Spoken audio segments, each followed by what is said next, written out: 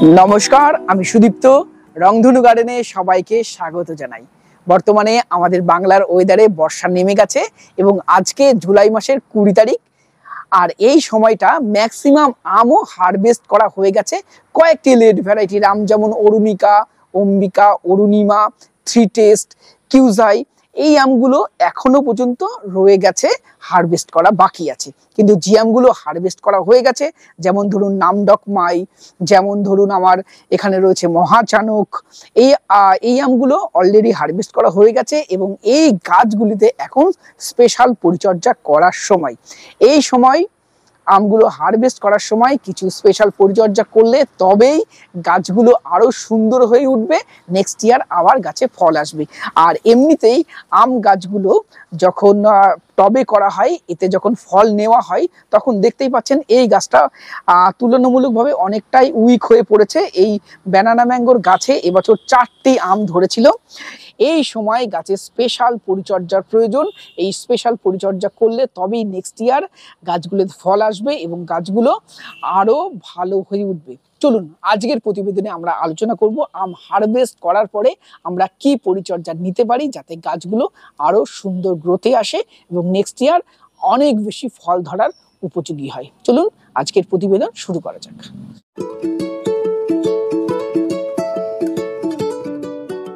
ছাদ বাগানে যখন আমরা আম গাছ লাগাবো, প্রত্যেকটা ভ্যারাইটিরই প্রুনিং অবশ্যই করতে হবে। আর এই প্রুনিংটা আমরা আম হারভেস্ট করে নেওয়ার পরে করতে পারি। আর এই সময় গাছ দেখুন, এটা নামডকমাইয়ের গাছ। এই গাছে আমার 2টো আম এবছর হয়েছিল।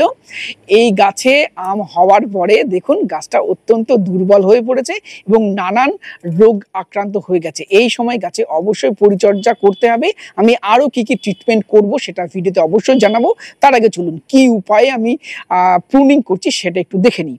আমরা এই গাছের প্রথমেই করব, যে ডালগুলোতে আম হয়েছিল সেই ডালগুলোতে সামান্য সামান্য করে আমরা প্রুনিং করে দেব। এবং যে ডালগুলো উইক, ধরুন এই ডালটা আমার মনে হচ্ছে উপরের এই দুটো ডালের তুলনায় এটা অনেকটাই উইক, তাই এই ডালটাও আমরা এখান থেকে কেটে বাদ দেবো। এই ডালে আমার কোনো আম এবছর হয়নি, ইভেন মুকুলও আসেনি এবং এই ডালটা শুধুমাত্র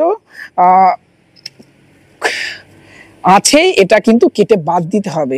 এটাই কিন্তু কখনোই আমার আম ধরবে না। এবং এই ধরনের দুর্বল ডাল থেকে যদি আপনারা চারা তৈরি করেন তাহলেও কিন্তু সেই চারার মান কখনোই ভালো হবে না। তাই এই ধরনের ডাল, উইক ডাল কেটে একদম বাদ দিয়ে দেবেন। এছাড়াও উপরের কিছু যেগুলো উইক ডাল আছে, আমার এই গাছের যেগুলো উইক ডাল আছে সেগুলো সবই আমরা কেটে বাদ দেবো। এখানেই দেখুন একটি ডাল, এই ডাল থেকে 3টে ডাল বেরিয়েছে, 2টো স্ট্রং ডাল, একটা উইক ডাল, এটাও আমরা কেটে এখান থেকে বাদ দেবো।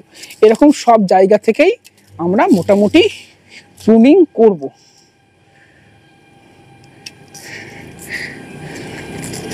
এই দেখুন এখানেও সেম অবস্থা, উইক ডাল আছে। যেগুলো যেগুলো উইক ডাল সেগুলো আমরা এই গাছ থেকে কেটে বাদ দিয়ে দেব। এই গাছের প্রুনিং হয়ে গেল। চলুন, অনেক সময় প্রুনিং করার পরে নতুন নতুন ডাল বেরোবে। আমাদের মনে অনেক সময় প্রশ্ন থাকে কোন ডালগুলো আমরা রাখবো আর কোন ডালকে আমরা কেটে বাদ দেবো, সেগুলো এই ভিডিওতেই আমরা আলোচনা করব। এবার দেখুন, এটা কিং অফ চাকাপাতের একটি আম গাছ। এখানে প্রুনিং করার পরে কত সুন্দর নতুন নতুন ব্রাঞ্চ বেরিয়েছে। এখানে দেখুন 3টি ব্রাঞ্চ এখানে আমরা দেখতে পাচ্ছি, 2টো স্ট্রং আর এই দেখুন এই ব্রাঞ্চটা কিন্তু একেবারেই উইক, দুর্বল। এটা কিন্তু কখনোই আম ধরবে না। তাই এই ডালগুলোকে আমার কেটে বাদ দেওয়াই ভালো। এই ডালটা যদি আমি কেটে বাদ দিই, আমার যে অবশিষ্ট 2টো স্ট্রং ডাল আছে এই 2টো ডাল ভালোভাবে বাড়বে।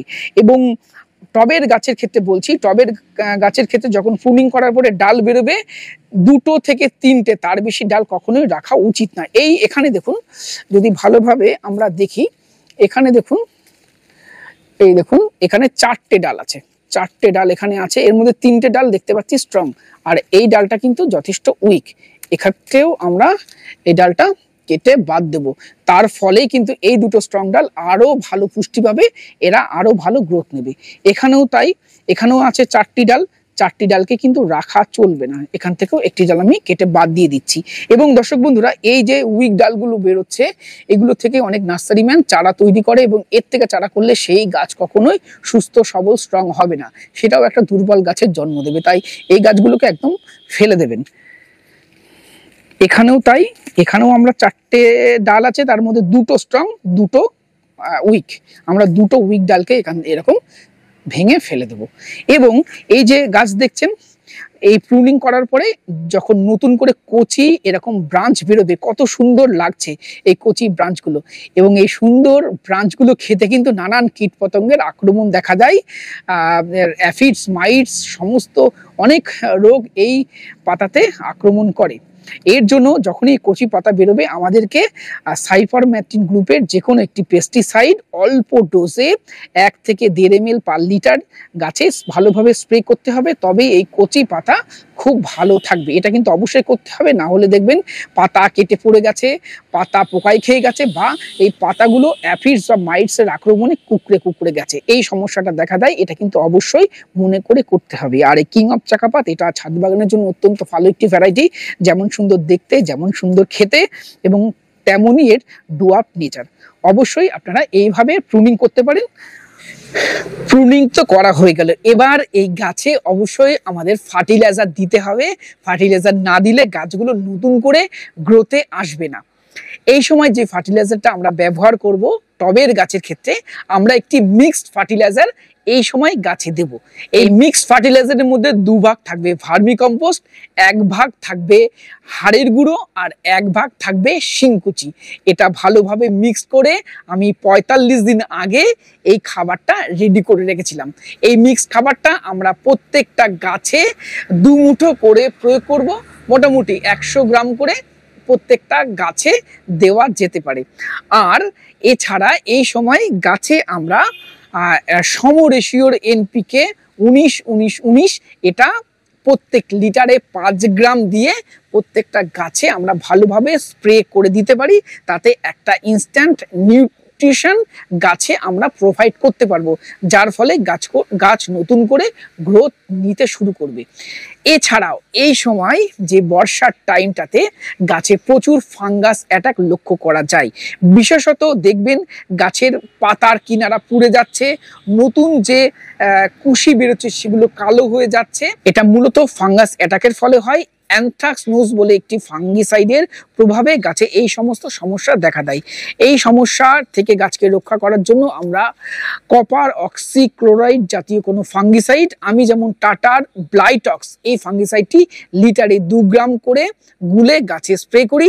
এছাড়াও আমি ব্লাইটক্সের সাথে 1 গ্রাম ব্যাকটেরিয়া নাশক হিসাবে স্টেপটোমাইসিন, এটা আমি ব্যবহার করছি লিটারে 1 গ্রাম, তাহলে 2 গ্রাম দেবো কপার অক্সিক্লোরাইড জাতীয় কোনো ফাঙ্গিসাইড, সাথে 1 গ্রাম দেব কোনো ব্যাকটেরিয়া নাশক হিসাবে স্টেপটোমাইসিন।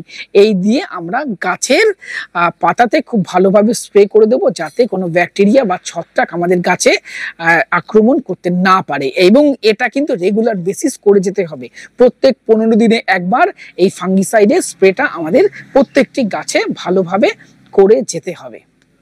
তো দর্শক বন্ধুরা, আপনারা আপনার ছাদের আম গাছগুলোকে এইভাবেই পরিচর্যা করুন, তাহলেই দেখবেন গাছগুলো খুব ভালো গ্রোথ নেবে এবং আগামী বছর আপনার গাছে ফলে ভরে থাকবে। আজকের প্রতিবেদন এখানেই শেষ করছি।